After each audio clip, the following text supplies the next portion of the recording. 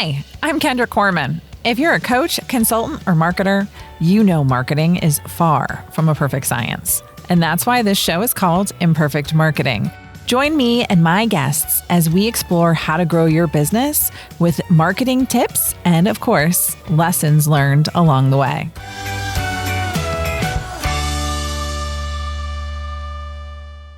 Hello, and welcome back to another episode of Imperfect Marketing. I'm your host, Kendra Corman, and today I am joined by my good friend, Sue Justice. Sue is the founder of Emory HR, which is an HR consulting, HR outsourced type organization, right? You can outsource your whole HR. You can also find specialties within Emory HR, and it's customizable to what a company is looking to do within the world of HR. So thank you so much for joining me, Sue. I appreciate it.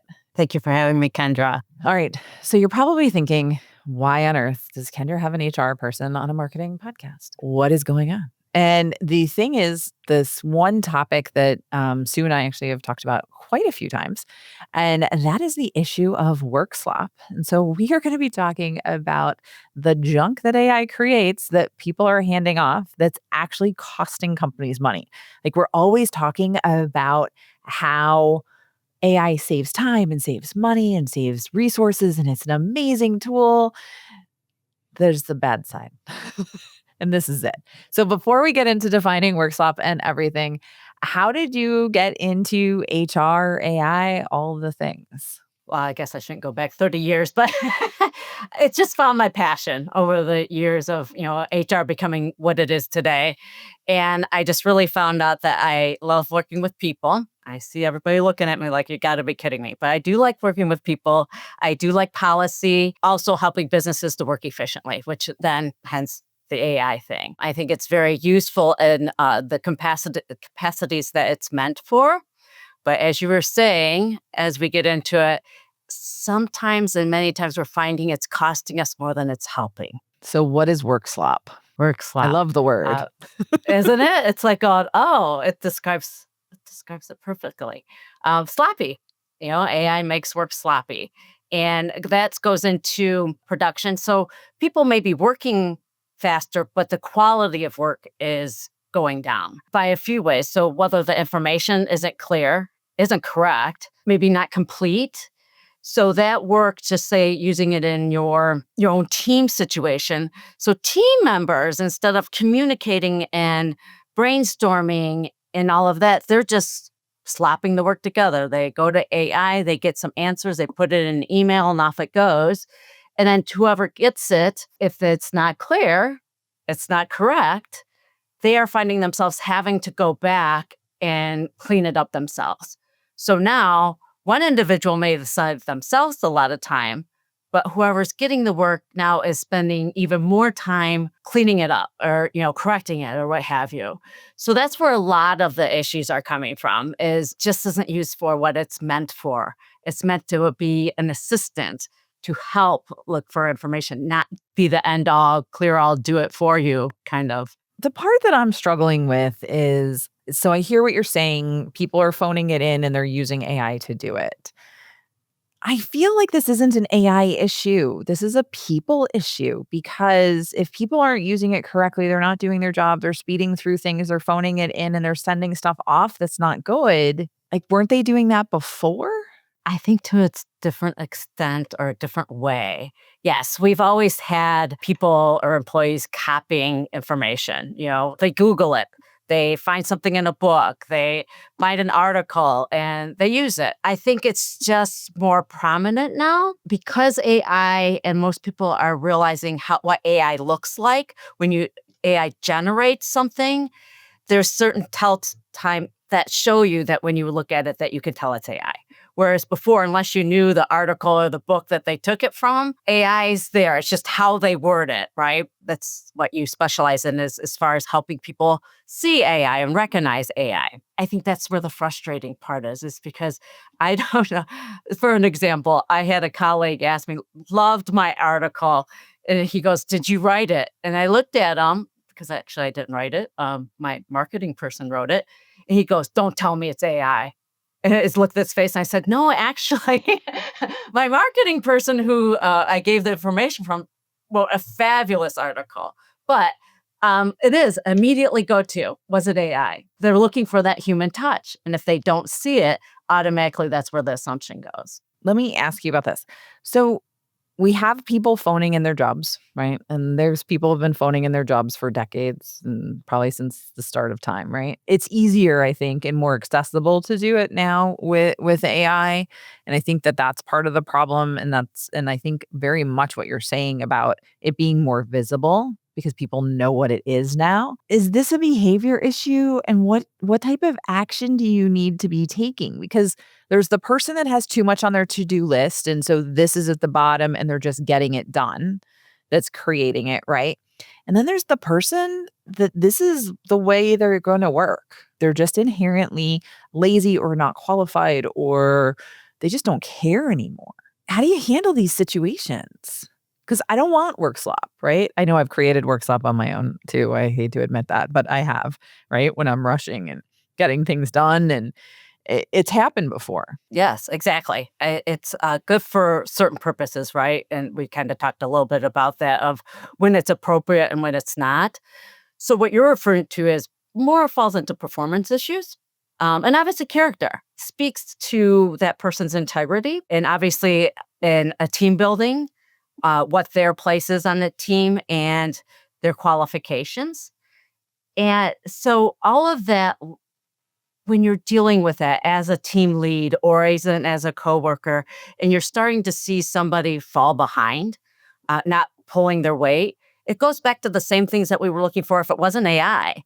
The certain situations that, they're not turning things in on time or it's half done, where now they just use AI to fill in those blanks, but it's still there and you still notice it. So there's a few different ways, obviously come from HR of how we can help our team members, our management, coworkers, or what have you to deal with it, but also as a company as a whole. A company wants to look at, say, well, what's our policy on this? How do we want to deal with it? So obviously one is creating a policy, however it is, dependent, and that's going to depend on obviously what your industry, what you're doing, and how detailed that is. But once you get that, then you need to communicate. You really want to be transparent. You want to be talking about this.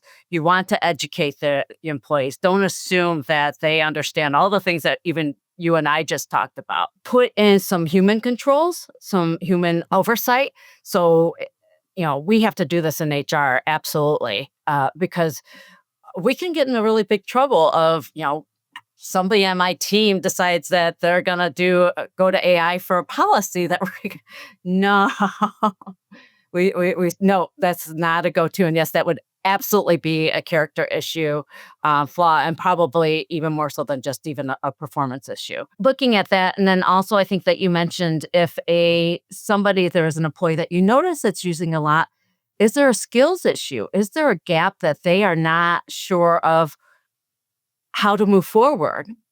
So that's where that human oversight might help.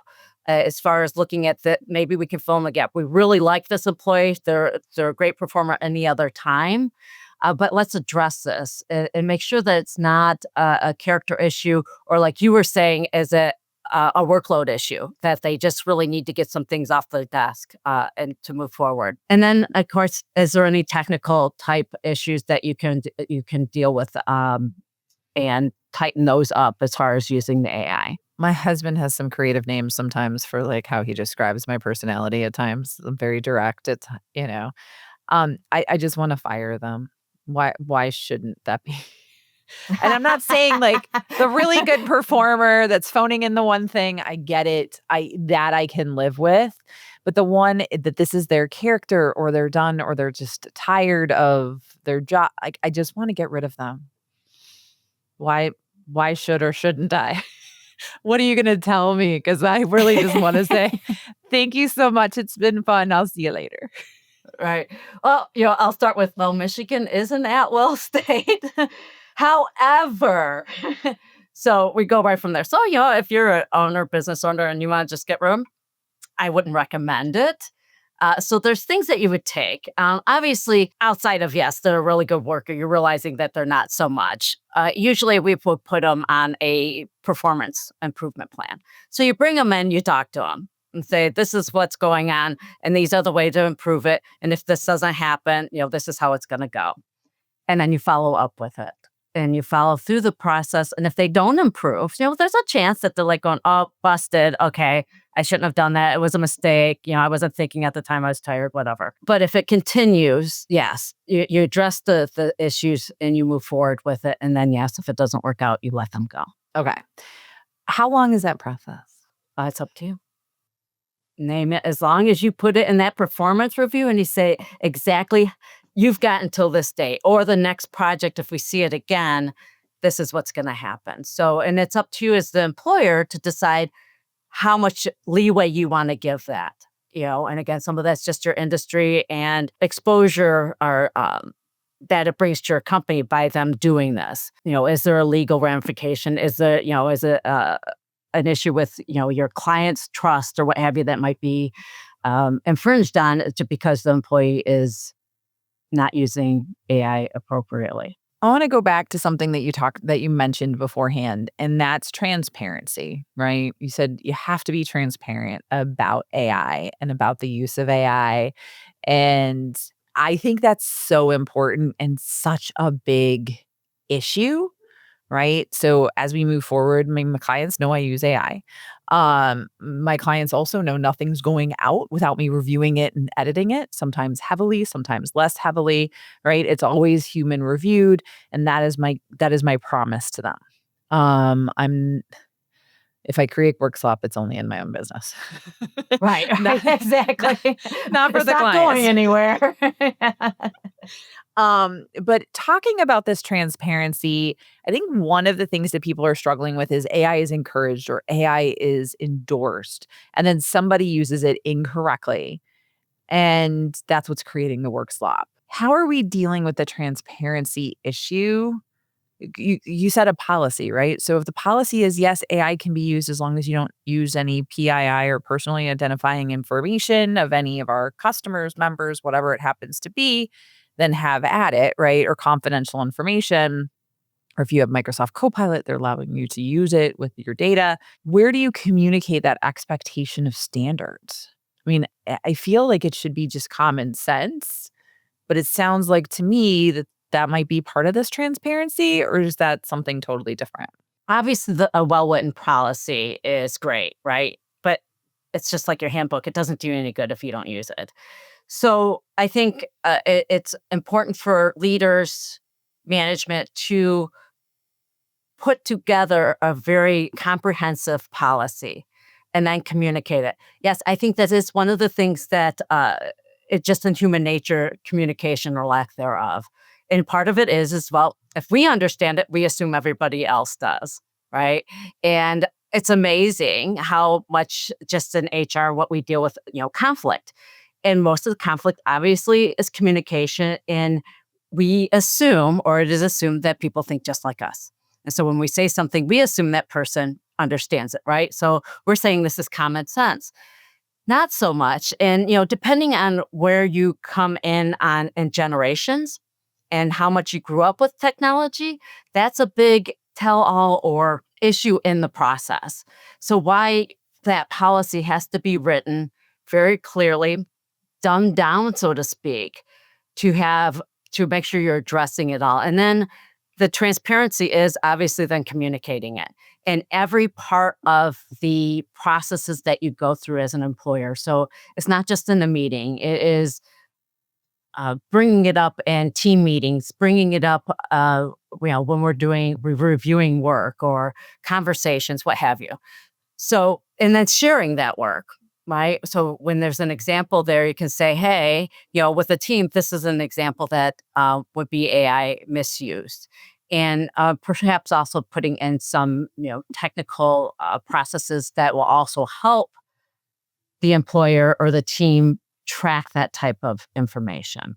So going back to one of the things that you said is that you shouldn't be using AI to create policies. And I think that there's been a lot of talk about AI shouldn't be used to write contracts. If it's being reviewed, why does it matter? AI is good to help write those, right? So it's not just being reviewed. You take it to the next level of, does it include my personal, tone, talk, because I will tell you, if you know me and then you read AI, it is very clear whether or not it's me. I am not that polished.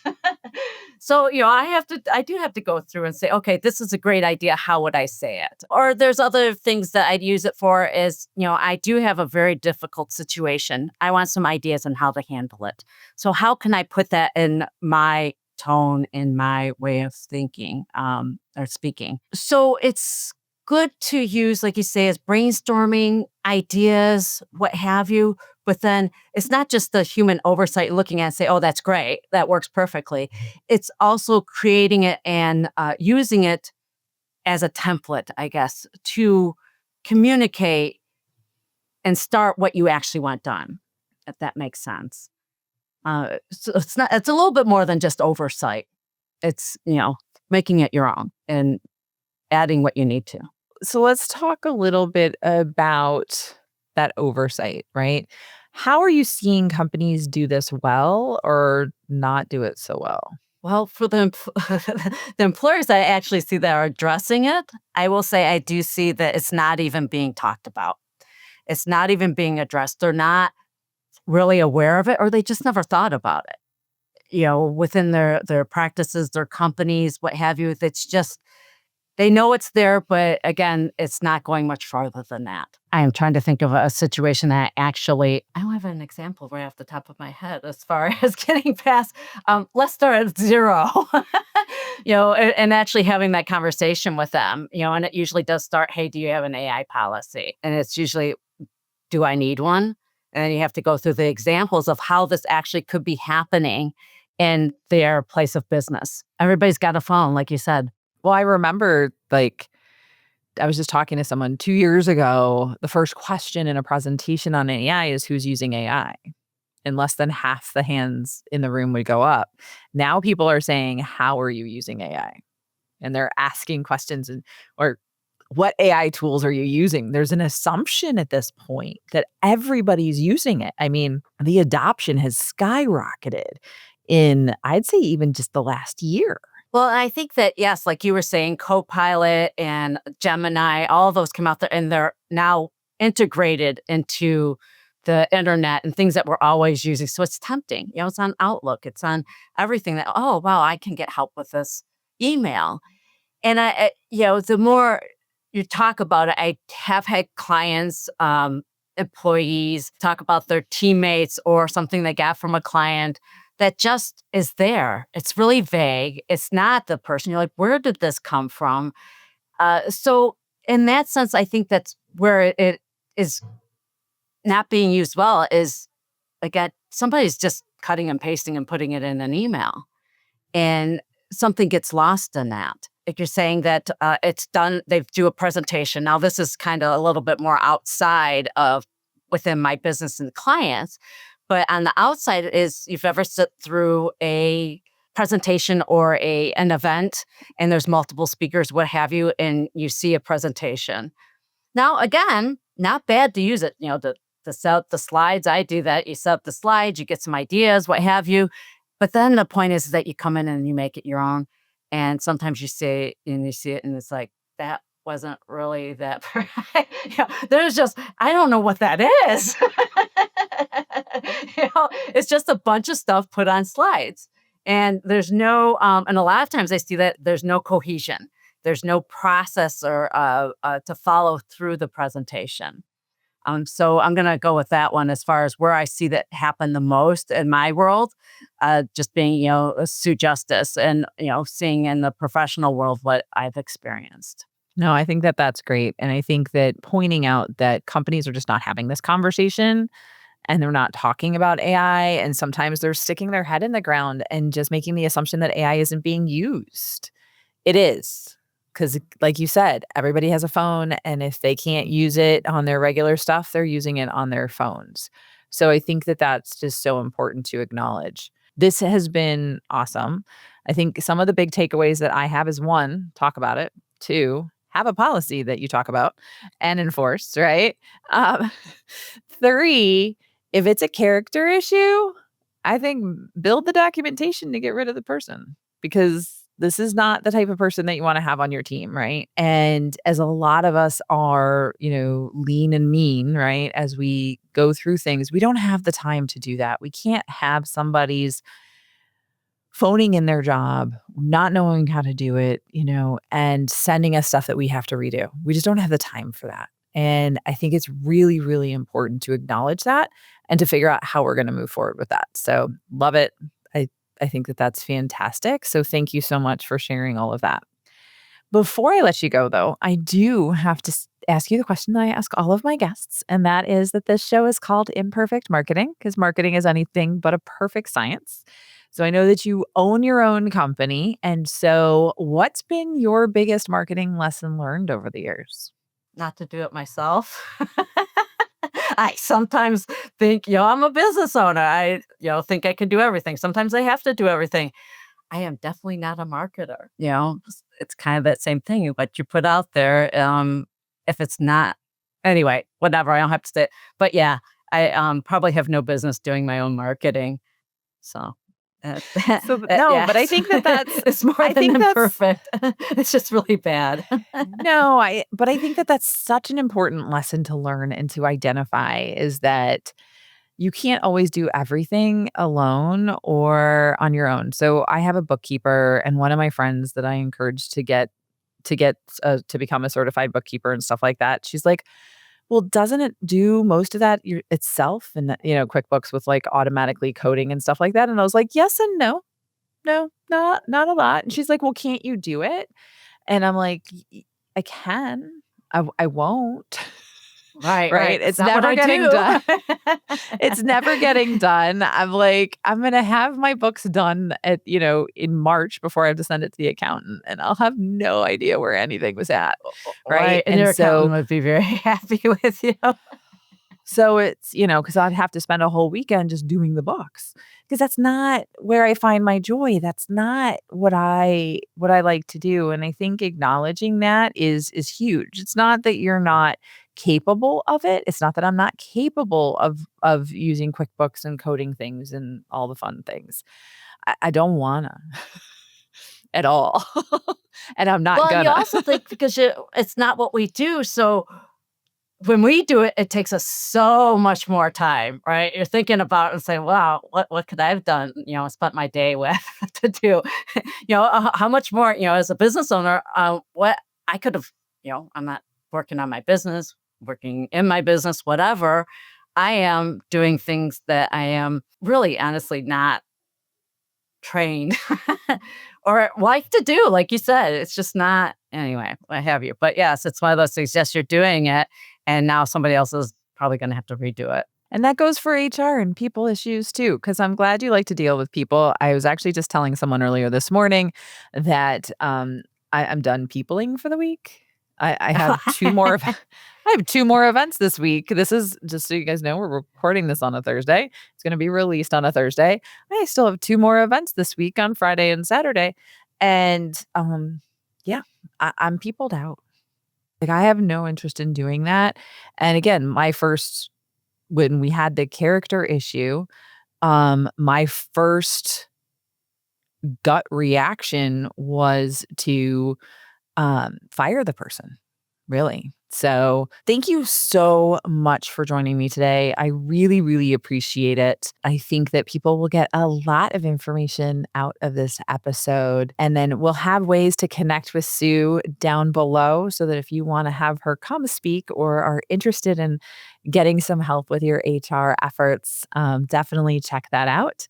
Until next time, have a great rest of your day.